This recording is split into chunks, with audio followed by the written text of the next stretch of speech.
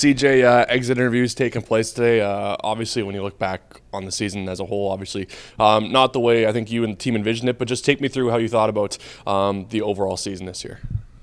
Like you said, not how I envisioned it. Definitely a tough season, not winning many games, especially at home. It's always tough to go through a season like that and not make it to playoffs, which is the most fun hockey that's out there. So, overall, I think as a team, you always want to do a lot better than we did. So, Going back though to this organization, I mean it is an organization you know very well. You've spent a number of years here before San Jose, a number of years now after San Jose, and you continue to move your way up the franchise leaderboard in terms of games played. What does that mean to you to have so many games under your belt with just one organization? It means a lot. This place is kind of like a second home. Being here for over 10 years now, kind of with the city, and it means a lot to kind of have people who believe in you and who trust in you, and ultimately you kind of want to give back too, and hopefully there's kind of more opportunity to do that down the road, and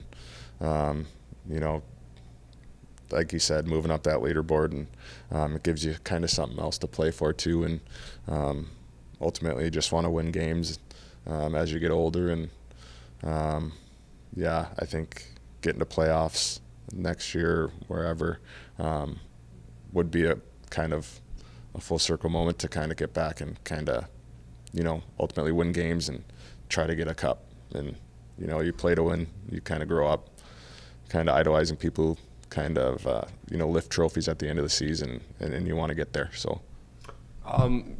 Let's go around to the room for some of the guys. I mean, Dominic Toninato was named captain this year. What's it like to have him as the captain in that room? You've played, again, with him for a number of years, even going back to that COVID year here at Hockey for All Center. What can you say about his leadership, and what does it mean to have him as your captain? Yeah, it's huge. I've grown up my whole life playing against Tony when he was with Duluth East, so I know him really well, and it's always nice to have a guy who plays the way he does in and out every day, and to lead by example, and to speak up in the room when it's needed, and I think he's a perfect guy for it.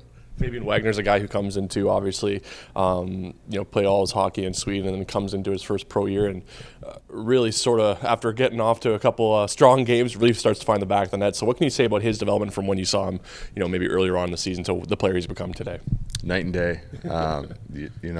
He's kind of come into his own, and he's been shooting the puck, and he's able to find those small spaces now and kind of get to the net and get the puck to the net, which is nice to see, and to see him explode the way he did was awesome as well. And then last one, Ty Bauer. I mean, he's been named the Community Service Award winner, but he was also named the Richard Bowie Ultimate Teammate Award. As a guy who, first off, let's talk about the award. I mean, what does it mean to have an award named after Richard, a guy that you knew as well? Yeah, Bowie.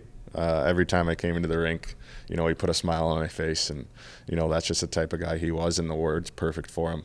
A guy who's willing to go to bat for anybody, who's kind of willing to play for anybody, do anything to help anyone else out, really, and that is Bowie. And it's a perfect award, and to see it go to Ty, and all the effort he's put in and kind of what he does for his teammates, it's perfect.